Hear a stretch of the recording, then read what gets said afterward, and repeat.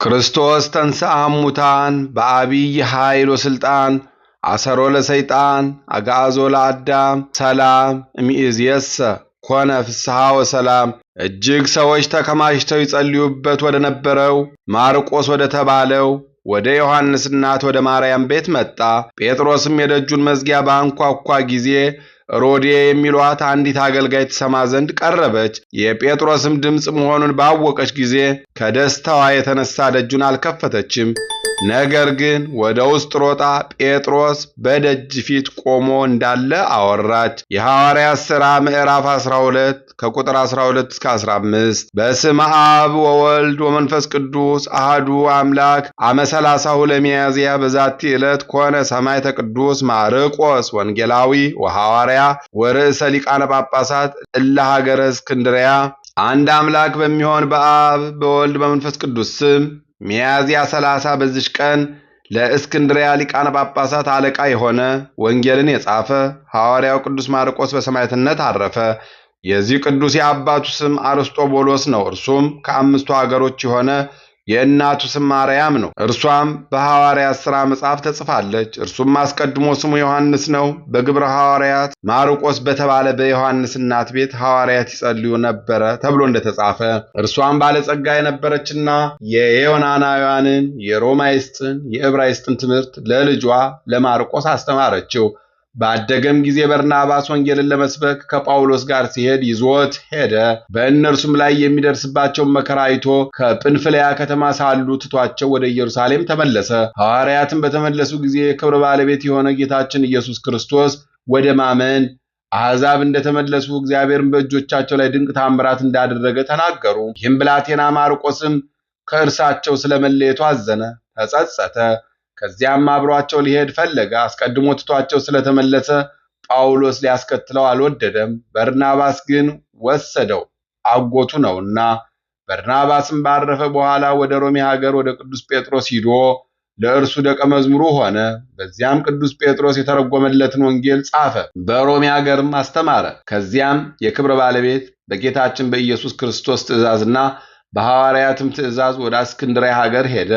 በውስጧም የከበረ ወንጌልን አስተማረ። ደግሞም በአፍራንቅያ በአምስቱ ሀገሮች በርቃ በሚባልም ሀገር ወደ እስክንድርያ ከተማ በገባ ጊዜም ጫማው ተቆረጠ።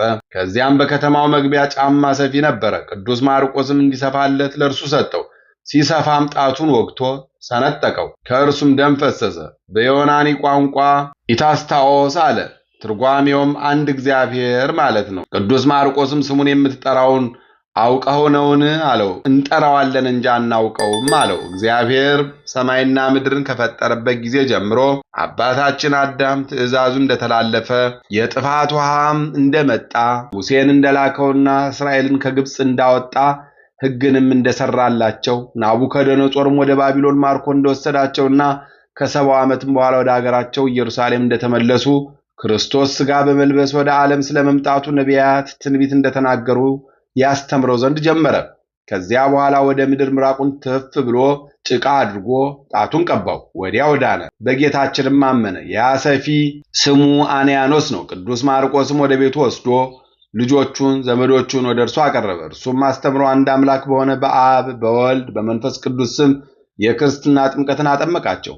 በክብር ባለቤት በጌታችን በኢየሱስ ክርስቶስ ያመኑ ሰዎች በበዙ ጊዜ የቅዱስ ማርቆስን ዜና ሰምተው የአገር ሰዎች ሊገድሉት ተሰበሰቡ። እርሱም አንያኖስን ኤጲስቆጶስ አድርጎ ሹሞ ልጆቹንም ቄሶች ዲያቆናት አድርጎ ከዚያ ወደ በርቃ ወደ አምስቱ አገሮች ወጥቶ አስተማረ። በቀናች ሃይማኖትም አጸናው። ከእርሳቸውም ዘንድ 2 ዓመት ኖረ።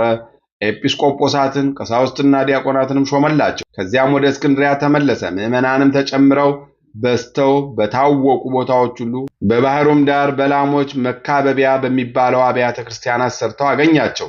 ከሃዲያንም የከበሩ ሐዋርያን ይገድሉት ዘንድ በብዙ ድካም ፈለጉት። እርሱም 5ቱ ሀገሮች ሲጎበኝ በስውር ወደ እስክንድርያ ከተማ ይገባ ይወጣ ነበረ።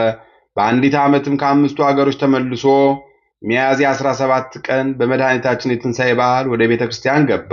ሕዝቡም ሁሉ በዙሪያው አሉ። ከሃዲያንም ወደ ቤተ ክርስቲያን ገብተው በአንገቱ ውስጥ ገመዶችን አድርገው በከተማው ሁሉ ጎተቱት። እነርሱም ገና እንደ ሙክት ፍየል እንጎትተዋለን እያሉ ጮኹ ነበረ። በላሞችም መካበቢያና በሀገሩ አካባቢ በከተማውም ዙሪያ በየቀኑ ሲጎትቱት ኖሩ። ሌሊትም በሆነ ጊዜ የክብር ባለቤት ጌታችን ኢየሱስ ክርስቶስ ከሐዋርያት ጋር በነበረበት አራያ ሆኖ ተገለጠለት። ሰላምታም ሰጥቶት አጽናናው፣ ቃል ኪዳንም ሰጠው። እነሆ አንተ ከወንድሞች ሐዋርያት ጋር ተካከልህ አለው። እርሱም በልቡናው ፈጽሞ ደስ አለው። በማግስቱም ሁለተኛ ገመዶችን በአንገቱ አድርገው በአገሮች ሁሉ ጎተቱት። በቀኑም መጨረሻ ነፍሱን አሳልፎ ሰጠ። ከሃዲዎችም ታላቅ እሳትን አንድደው የቅዱስ ማርቆስን ሥጋ በውስጡ ጨመሩ። በክብር ባለቤት ጌታችን ፈቃድም ንውጽውጽታ፣ ጨለማ፣ ቀዝቃዛ ነፋስ፣ መብረቅ፣ ነጎድጓድ ሆነ።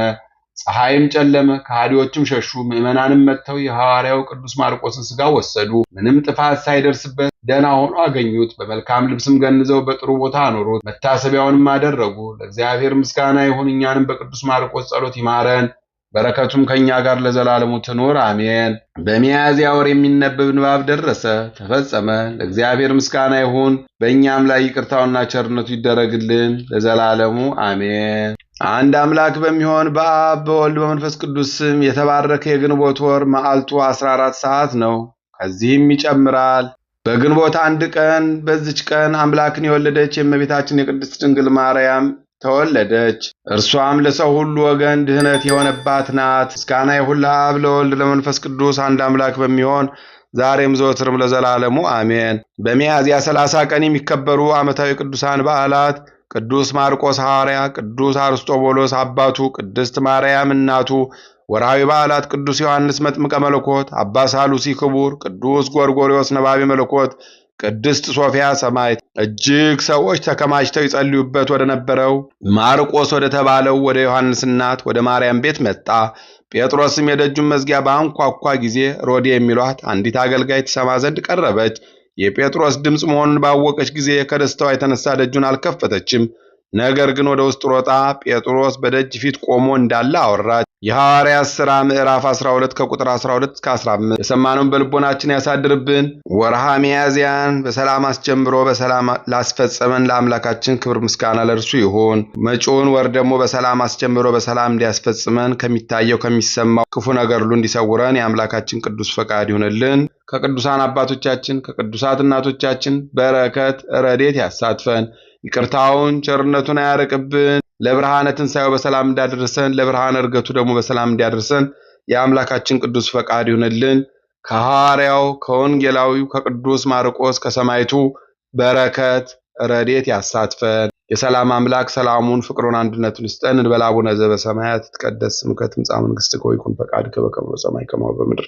ኢየሱስ ክርስቶስ ከመ ይስረይ ለነ ኃጣውኢነ ተማኅፀነ ብከ ኃይለ እግዚአብሔር አብይ። ኦ እግዚእ ኢየሱስ ክርስቶስ ሥራይ ኃጢአቴ ወኃጢአተ ኩሉ ሕዝብከ ማእሰረ ኃጢአት እግዚአብሔር ይፍታ። እግዚአብሔር ይባርክ።